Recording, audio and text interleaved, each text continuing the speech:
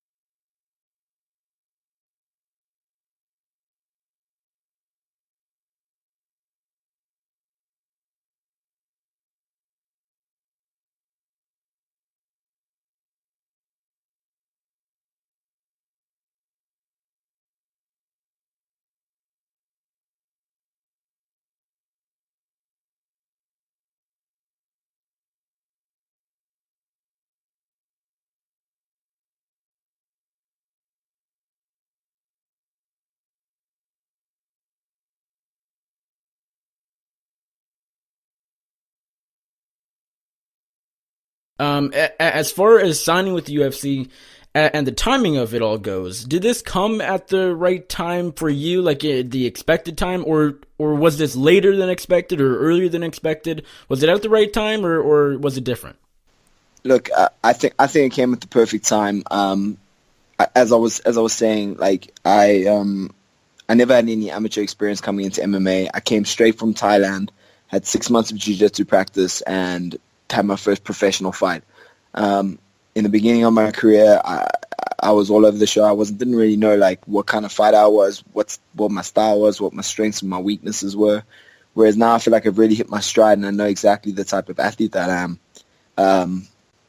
So I think it came at the perfect time. I wouldn't have changed it anyway. I definitely think that this is my time.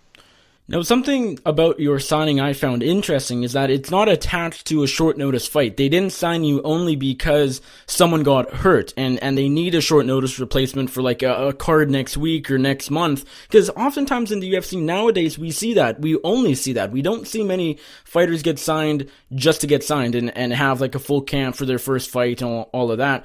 Why do you think that is? Or are you surprised that they didn't sign you for a short notice fight? Yeah, well, I mean, in the beginning, that's kind of what we were playing towards. We were kind of saying like, look, let's be ready, and if they call, then we'll take the fight, and then that's the way we're gonna go in, you know. But I'm very fortunate that my management managed to make a plan there for me, and I think it also came because the promotion I was fighting for before the UFC, they were trying to line me up for a fight to defend my title, and obviously my manager didn't want me to take that fight because, you know, anything can happen in a fight. You could lose, you could get injured or whatever, and then that might delay my UFC career. So I think everything just like fell into place the way it should have, and hey man, I'm happy. Your management didn't want you to take your next title defense just because they already felt like you deserved to call up to the UFC? Yeah, I mean, I believe so. I believe that we all felt that my next fight should be in the UFC or at least the biggest show, you know. But obviously UFC is the biggest, and that's every fighter's dream. So I believe we all felt that my next fight should have been UFC, and that's and that's fortunately what happened, you know. Do you know when you will make your debut? Is that something you've already talked to the UFC or your management about? Have your management talked to the UFC about that already? I know you just got signed like a week ago or so, but have you talked about when you could make your debut and where? Yeah, I think we're looking sometime in April. We're just trying to find the right card to get me on and see where they can put me on a card. Obviously, being in South Africa and most of the events that are in America are quite far, we'd probably want to try and get me on one of the European shows just because of the time difference, the travel time, etc. For, you know, to have the best possible debut that we can. But like I've always said, is that I'm always ready to fight. I'm always in shape. I train 365 days of the year. I don't have any rest days. I'm always ready to fight. I can take a fight on 2 weeks' notice. So whatever comes, if someone pulls out and they need a lightweight to jump in, I'm there. If we can get me on a card and I can have a date, then I'm there too. You know, like whatever comes my way is I'm ready for it. And lightweight is the deepest division in the UFC right now. We have so many top contenders, so many prospects in the division. Does that make this a little surprising that, I mean, of so many possibilities as to new lightweight signings, they picked you? Hey, I'm not surprised. I have full belief in my abilities, and I have full faith in that I'm gonna make a shock in the UFC for sure. I think I'm exciting. I finished every single one of my wins have been a finish. I don't try and fight for a decision. I don't try and fight to stay safe. I go out there and I put on a show for the fans. I've had 7 fight bonuses. I'm all about putting on a show, and I think the UFC recognized that, and I think that's the way forward. You know, I think that's what people want. People want to see exciting fights. They want to see exciting fighters. They want to see drama. You know. What is the MMA scene in South Africa like right now? I know you guys have EFC, which is the promotion you fought for, but how would you describe the scene? Is it good, bad, in the middle? Where would you sort of put it? I think we're growing, man. Like if I compare it to what it was 3 years ago, it's crazy. Like it's almost mainstream right now. Like EFC have done a really, really good job at promoting MMA and promoting the fighters, and I definitely think that we are lucky to have a good platform like that that's broadcasted all around the world and professionally run. You know, we're fortunate. We're fortunate. There was a time where MMA in South Africa, I mean, obviously, it's never, like, it's not like the United States where it's so prominent, but as you said, it's growing. How did you get involved in MMA living in South Africa and being from South Africa? Well, I mean, I started fighting Muay Thai when I was 14 years old, and I spent most of my time in Thailand, like from 16, you know. I kept going to Thailand, coming back home, going to Thailand, coming back home. And eventually I came to a point where I would come home and I wasn't getting any fights. There were no fights for me to get locally, and it was either go live in Thailand for the rest of my life and live as a Muay Thai fighter, or at that time UFC was like exploding on the scene. Like it was like a few of the guys that I trained with in my gym were fighting in it. So I was like, you know what? Let's give it a bash. So I started training jiu-jitsu. I started doing MMA. I started, doing all the things that you're supposed to do. And then the next thing I know, I was having my first professional fight. I won that in the first round, like in 3 minutes. And I was like, hey, maybe I can give this one a go.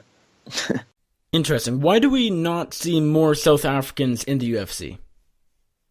You know, I honestly believe that we just don't get enough attention here. And at the same time, the UFC is you know, it's the heavyweights of MMA. It's the pinnacle of MMA. They're not looking around looking for fighters, you know.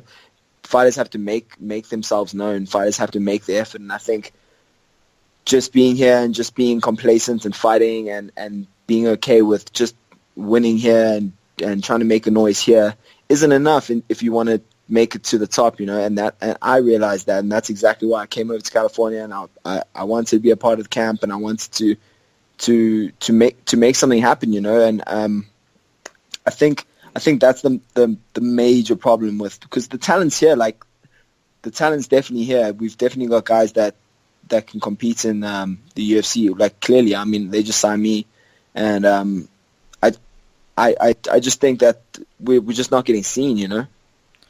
Is that partly due to the fact that you guys are just sort of far away from everything else? Yeah, I truly believe. If you look at the guys that fight in Europe, a lot of them come over to the EFC to fight, and they get manhandled by some of our guys. Like they get manhandled, but guys like that will get signed to the UFC because they're just in Europe, you know, and they have European shows that they can put them on. Look at Danny Henry.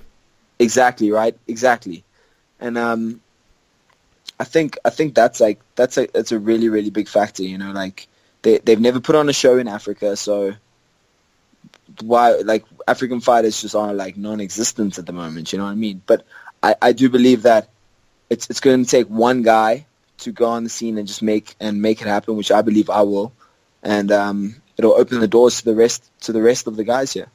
Well, that's you led me to my next question. Do you feel like you can be the face of South Africa in the UFC? And if so, why? Why is it you? Why is it someone, you know, we've seen South Africans in the UFC before, Gareth McClellan, who won Ponce. Why will you sort of be the difference maker? I believe that the timing, first of all, I'm 27 years old. Like I'm still young. I've still got 10 odd years left of my career. Like I've still got a long way to go. I'm still young in the sport.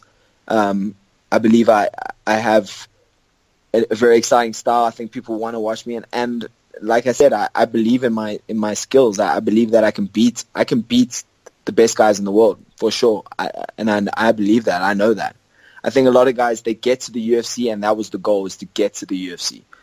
Whereas my goal is to become one of the best in the UFC, if not the best in the UFC. Like that's, I think the mindset is a little bit different. Now, we as I mentioned just a second ago, we've seen Juan Potts and Gareth McClellan in the UFC before. Obviously, South Africans like you. They didn't last all that long. I mean, Potts was in the UFC for maybe 2 years, McClellan right around there as well, but they're both have moved on. They were both released. Potts a while ago, McClellan sometime last year.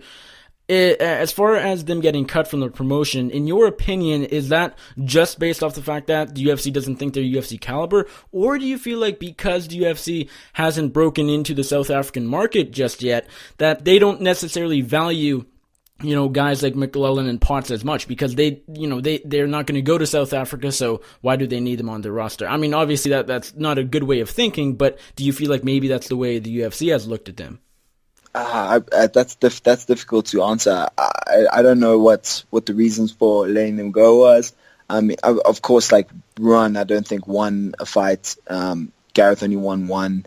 So I mean, that obviously has a lot to play, and I think they just haven't seen the depth of talent that we have. Gareth and Ron were very good at marketing themselves. They had a really good brand around them, and I think that's what got them noticed. But I do believe that there's far deeper talent pools that haven't been seen by the UFC yet, and I think because they weren't as successful as they could have been in the UFC, it kind of did close the door a little bit to the rest of the South African fighters. But like I said in the beginning, I can't really comment on that. I don't really know. Right. Yeah. I don't really know like what the exact what the story is. situation. Yeah.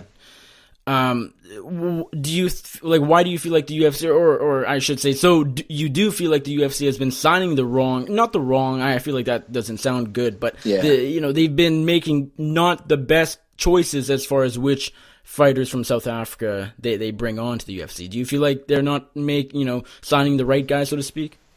Look, I mean, I think they have the things that they're looking out for in terms of the fighters they want to sign.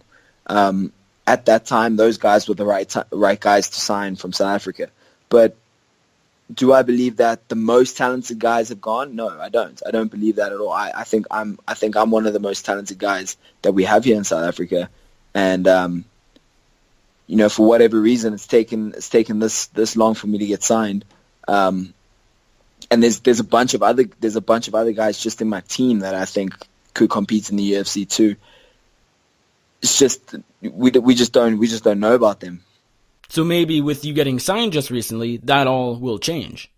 Well, I hope so, man. That's the plan. Look, I don't want to. At the end of the day, my career is about me doing the best that I can do. But if it can open up doors to the rest of the South Africans and the rest of the talent here, man, like that, what more can you ask for? Yeah, for sure. In 2012, so we're going back a little while, Dana White, the UFC president, said that the UFC was going to go to South Africa. They were sort of the next stop on the UFC's worldwide expansion. That, of course, hasn't happened yet. So 6 years ago, it hasn't happened. What does the UFC need to do to break into the South African market? Are there any hurdles to get over before planning its first show, or is it simply just go there, just plan the first show? Man, I think it's just get over here and make it happen. I think logistically, like if they have an event here, it would have to be a lot of flying people in. And South Africa isn't the easiest place to get to. It's far away from the States. It's far away from Brazil. It's far away from like Australia. So getting fighters in would obviously be something that they would have to think about or stress about. And that's probably something that's maybe keeping them from putting on a show here in Africa. I don't know. Unless they were going to do like an all African UFC, which I doubt. But yeah, I think they just need to come and do it, man. I think the fans here would go absolute ballistic for a UFC in South Africa. They would go crazy. With you just getting signed and maybe with more on the way, hopefully, is now the right time to do it? Dude, I think so. I think so for sure. I would love to be on the main card in South Africa for UFC. It would be a dream come true. What does your training look like? You mentioned that you went over to California recently to help Chris Cyborg get ready for her last fight against Holly Holm. Other than that, do you just train in South Africa, or do you make some trips to the US to train? That was actually my first trip to the US. I'd never been before, but the team that I have here in Johannesburg, Fight for Militia, is run by Richie Kwan, who I believe is he's one of the best MMA coaches in the world, just in terms of his mind and his knowledge and his work ethic and his coaching skills. I think that what we have here is really, really special, and like I said before, we just don't have the attention. No one gets to see it. And we got guys from like SBG Island that are coming down to come train in their camps here with us.